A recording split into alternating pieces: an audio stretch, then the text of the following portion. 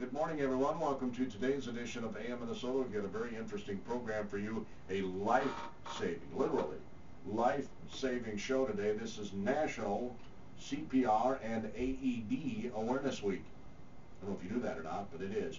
National CPR and AED Awareness Week.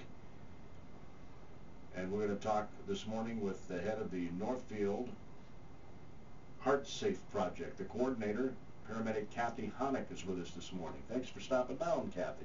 Good morning, Gordy. Making the little drive from Northfield. So you originally from Faribault? Actually, I'm from Lonsdale. Oh, okay. As you were saying, your parents live here in town. They do. They live out in the country just southeast of here. Okay. So maybe you can pay a little visit after the show. That's pretty cool. Absolutely. Going to go have coffee with my mom.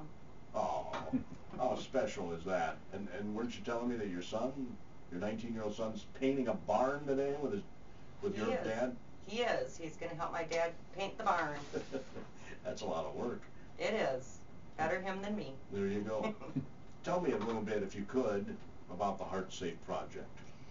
The Heart Safe Project is a community initiative. It's based off a national initiative to get bystander CPR out into the community. And what that is it's a no-fear CPR, and it takes the breathing part out of the regular CPR, the certification CPR. And what they're trying to do is get help to cardiac arrest victims sooner to try and improve survival rates. And what they want is they want bystanders to take action. The reason behind it is when somebody suffers cardiac arrest, there's always that delay between when somebody suffers the cardiac arrest versus when EMS can get there. And the hope is that by getting bystanders to take action, it will improve the survival rates of cardiac arrest victims. And we're talking seconds, literally saving lives here, right? Literally seconds, yes. And so by taking away the breathing, the hope is that getting compression started and introducing the AED when it can be used, improving those survival rates. Minnesota has had success. They're boasting some of the highest survival rates in the nation. Back in 2004, Minnesota had about an 8% survival rate, and they are now looking at survival rates of about 39%. Nationwide survival rates in 2004 were about 5%, and they're at about 30%. So there's definitely been improvements. Granted, there's other things that play into that, but it's making a difference. You gotta have it's a cool job that you have. You get to save lives, Kathy. It's has its ups and downs, but definitely it is something that I do enjoy. I'm sure you've lost people, and that's Absolutely. tough. But you've saved a lot of lives too. That's awesome. Yes. It's not always just the saving lives that makes a difference. It's the community involvement that I enjoy. It's being a part of something bigger that makes the difference. This is called the Northfield Heart Health Project, right? Yes. But it doesn't concentrate just on Northfield. It's only because we're sponsored by Northfield Hospital and Clinics EMS that the Northfield is in there. We actually service our entire service area, which is Lonsdale, Newmarket, Denison. We've actually done sessions up in Lakeville and Farmington. Pretty much anybody who is willing to schedule a session, we will come and schedule a session. If there happens to be an organization within that area, we will connect with that organization and let them know and make sure that they're willing to do the session, or we will do the session. Earlier this week, a Lifesaver Award was given to a 10-year-old Northfield girl. We're going to talk about that in the next segment. Kathy tells the story in awesome fashion, and she's going to tell us about that, right? Can I get you to repeat the story? Yes. She's with us today, Heart Safe Project Coordinator, a service of the Northfield Hospital and Clinics, Emergency Medical Services Department, and you also are a paramedic on the local ambulance, right? Correct. So, gee, what do you do in your spare time? Teach. That's cool. So do you go in the schools and teach too, Kathy? We've done a little bit of the CPR training in the schools, and our hope is to get into the schools this fall and start doing some of the CPR teaching to the 4th through 8th graders. So that's kind of our tentative plan for this upcoming year. Previously, we've done some trainings with some of the high school students. We did a mass training in Randolph for their 7th through 12th grade. And in Northfield, we did training with the football team, which was a blast. They were awesome. I'll bet. They were a lot of fun. So we're working our way towards doing more school trainings. And that's the age we want to start with, right? Because their retention's better. They're younger and retain it for the rest of their lives. And the new state statute requires all seniors to have received CPR training. So this is kind of aimed towards that, to ensure that these kids are getting trained. Which I think is an awesome mandatory Agreed. item, which long overdue, isn't it? I agree. It is long overdue. And more states are making that statute mandatory. I mean, I don't recall when I was in high school, that's many moons ago, but I don't recall us having CPR training per se. We may have watched, something on the projector or something. Yeah. I don't remember it being required either. It was an option, but it wasn't required. So let's learn about this little 10-year-old Northfield girl who saved the life of her mom, who was having a diabetic reaction on Highway 3. It was pretty incredible, and she is pretty amazing.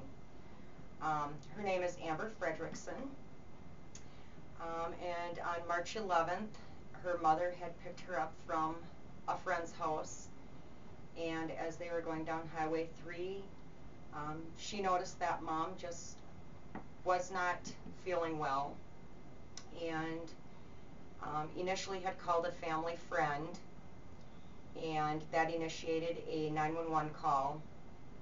And as you can imagine, it's difficult for law enforcement to find a vehicle that is driving down the highway, and Amber noticed that mom was getting very sleepy, and so she herself called 911, and through her communication with the 911 dispatcher and the 911 dispatcher's questions to Amber, they were able to, Amber was relaying landmarks to the 911 dispatcher, which allowed law enforcement to get closer to the vehicle, and Amber was able to position herself to take control of the vehicle and get the vehicle off of Highway 3 and onto a graveled road, and she took better control of the vehicle and was able to get the vehicle stopped. And her mother was in and out of consciousness at this time, and once the vehicle was stopped, the dispatch center was able to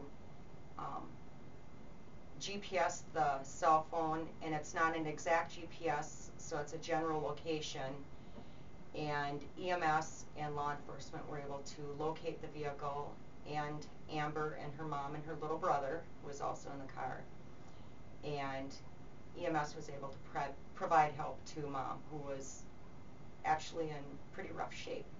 She's okay now, isn't So she is perfectly fine, doing very well, and Amber is a little hero now. Oh boy, Amber Fredrickson Lifesaver Award. I was just mentioning to Kathy, folks, that I think this young lady deserves a national life-saving award. 10-year-old takes control of the vehicle.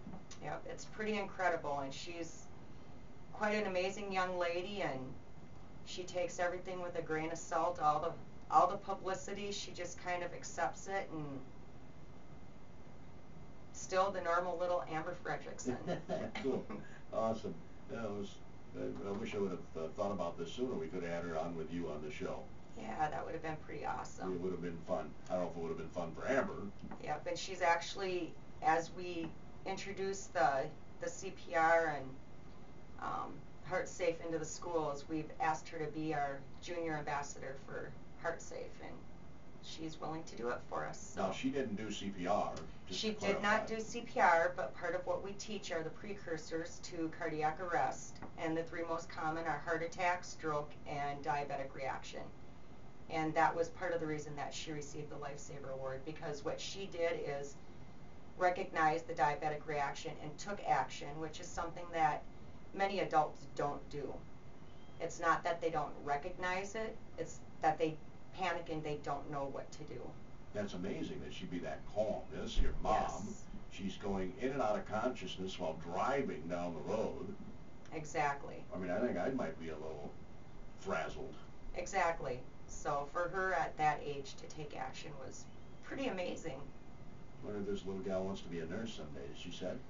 Actually, her comment to one of the news reporters at the presentation on Monday night, she told him she wants to be one of those ambulance persons. Like you. So that was pretty awesome. Wow.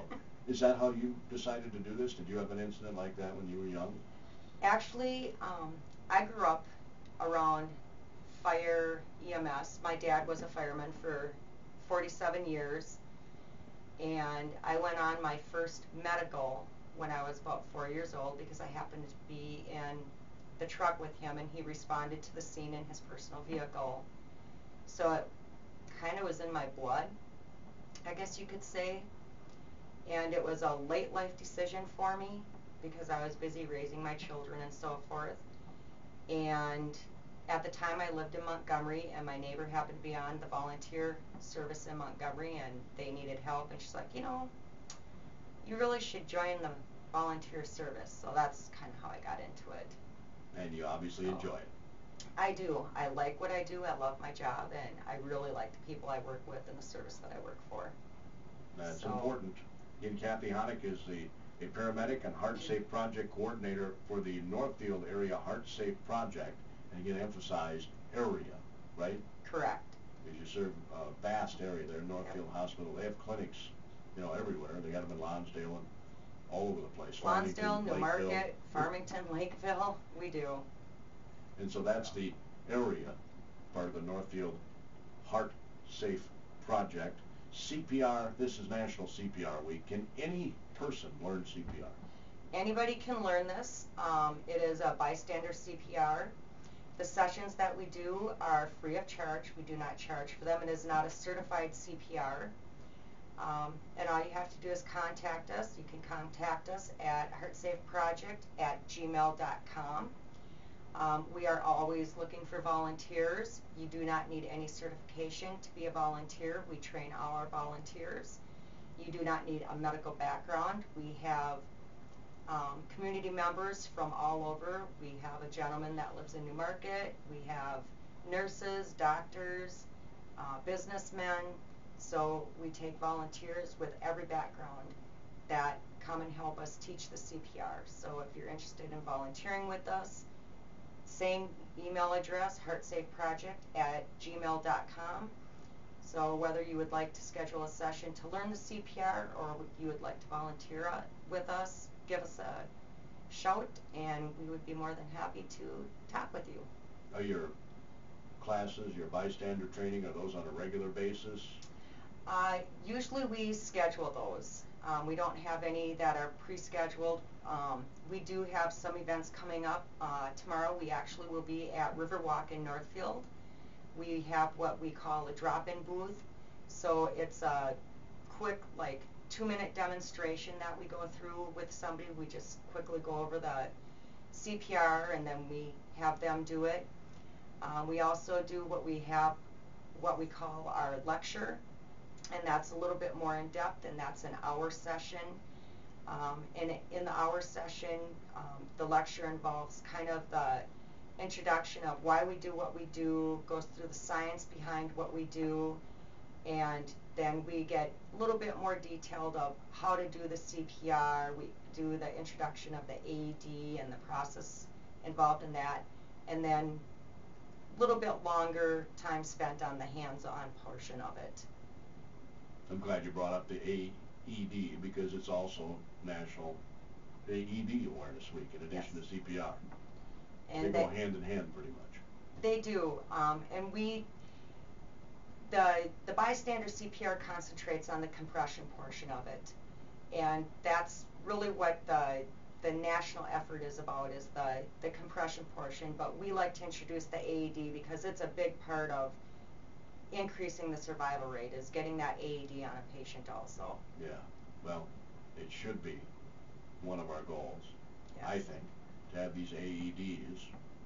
Yes, and having them accessible to the public also. Like in every church, school, you name it. Yep, businesses, government buildings, and having them accessible and not locked up. That's the key right there. Yes. If it's locked down at the principal's office, it's not going to do you much work. Exactly. I mean, much good. Yes. And Kathy Honig is with us. She is the coordinator of Heart Safe Project. The Heart Safe Project coordinator, Northfield Hospital and Clinics Emergency Medical Services. They are the sponsor of this. Correct. Heart Safe Project. And we're talking a bit today about CPR and AED because it's National CPR and AED Awareness Week. I don't know how many years ago it was. It's been recent, hasn't it, that they've recommended hands only and not doing the mouth-to-mouth resuscitation? Correct. It's actually been around for quite a few years. It's been probably within the last 5 years they've really made a push for it, though.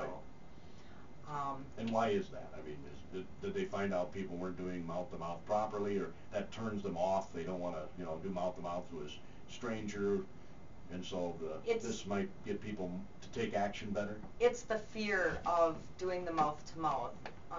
And the big fear started along with the HIV/AIDS epidemic. Sure. And they were looking for something to take that fear away.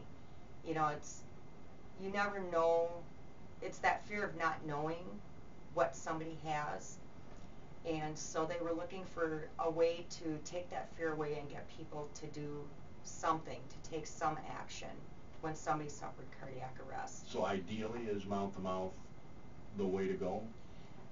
I mean, from a medical standpoint. From a medical standpoint, that's still ultimately the best, is to do the compressions along with what they call the ventilation, so the breathing. But when they started doing more research, what they did discover is by doing compressions, as long as you're doing compressions at least 100 compressions per minute at the appropriate depth of 2 to 3 inches, a cardiac arrest victim is still getting some air in and out of the lungs. And it's what they call the positive and negative pressure of the recoil of the chest during compressions. So they're still getting some of that air in and out. What they discovered even more so is that it's the circulation of the blood to the brain that's the most important, and that's what's increasing the survival rates. Yeah, oxygen in the brain. Oxygen to the brain helps, but it's the circulation of the blood to the brain that helps keep that tissue alive. Yeah, because it doesn't take long. It does not take long, no. For the brain to shut down. Yes. So they want to keep that blood flowing, and that's what helps that person stay alive. You said 100 compressions per minute. 100 compressions per minute. That's a lot. It's fast. Like a lot, yes. Very fast. So the rhythm is quicker than I recalled. It is. It used to be, they used to say, like, I think it was, trying to remember, like 60 to 80 compressions per minute. Yeah, even that seemed like, And they've increased that now to 100 compressions per minute. And so that's a lot. And that's more than one every second. That is more than one every second. And so if there's more than one person, they prefer you switch after 2 minutes. I was just going to say that because I don't think there's any way a person could keep up for an extended period of time. It would be very difficult, and that was one thing, because we do some trainings like with firemen, and you get your big burly firemen, sure. And they think they can compress forever, and even they've discovered that 100 compressions per minute is a lot. Especially when you do it for 2 minutes. Sure. Do you recommend counting while you're doing it? You can. I mean, it definitely makes a difference. sometimes counting out loud takes some of that energy away from you. So if you can count in your head, but the thought process is, if you're alone, something is better than nothing. So even if you can't get that 100 compressions, something is still better than nothing. Should you do this in any instance where you find somebody who's passed out or something? Can you damage the person in any way, shape, or form? Well, it's almost inevitable that once you start chest compressions, you're most likely going to crack ribs. And one of the most common questions that I get when I'm teaching the CPR is, well, what happens if the person isn't really in cardiac arrest? And my response is always, as soon as you start those chest compressions, they're gonna wake up and they're gonna let you know. Yeah. So, because chest compressions hurt. And so as soon as you do that first compression, if they're not really in cardiac arrest, they're gonna come to and they're gonna let you know. And the key here is, if I remember correctly, you can't be dainty about your chest compressions. You cannot be dainty. You're gonna push, you push hard and you push fast. So that first compression is most likely gonna crack a rib, and that person, if they're not really dead, that's gonna hurt. They're gonna wake up and they're gonna let you know that, hey, I'm not dead. So, but you know, and when we teach the compressions, we teach them how to quickly check to see if somebody is unresponsive, and we don't necessarily teach them how to check if there's, you know, not a pulse, but how to check the responsiveness of that patient. The goal here is to get everybody trained in CPR. Yes. Ultimately, that is our goal. Think it's achievable? I certainly hope so. I would like it to be. Yeah. Well, especially now that they're requiring high school graduates to have training in it, that should help in the future. It will. You know, and we've done trainings up at Carleton College. They actually had approached us about training their incoming freshmen, which is pretty awesome. So as of this year, every Carleton College student will be trained in CPR, the bystander CPR, which I think is pretty awesome. Yeah. And we're hoping to do the same thing up at St. Olaf College. So get something started up there too. Is this something where if you don't use it periodically, you're going to lose it? I mean, do you need to do refresher training every couple of years or something, you think? I don't know that you will ever lose it. I think it always stays with you. I was actually talking to somebody last night who many years ago had received certification CPR training and just recently utilized that training. And although it probably wasn't the perfect CPR that they did, they still knew what to do. And she said it's kind of like riding a bike. Oh, okay. You maybe don't remember perfectly how to do it, but you still kind of remember. We do have some people, when we first started HeartSafe in 2012, one of the first groups that we trained has actually requested us to come back and do what they called their refresher training. So we will be doing that this summer. There's a proper way to have your hands. Yep, there's a specific way to have your hands, specific place on the chest to place them, because you want your hands crossed over each other. You want them placed directly in the center of the chest. And the reason for that, you get more pressure. Yep. With both hands, right? Correct. You want to be sure that you're placing the hands in the center of the chest, kind of between the nipple line, and you want to be sure that your elbows are locked. You want your elbows locked, and that way you're getting good compressions. Yeah. And you want to compress 2 to 3 inches into the chest on the average adult person, and you want to compress 2 to 3 inches deep, 100 compressions per minute. How about a young person? You said adult. 6-year-old, 5-year-old, 4-year-old. So children are a little bit different, and actually in children you're reverting back to they actually recommend still using the breathing with them. Okay. So you kind of have to revert back to the regular CPR, and that part we don't really teach a whole lot.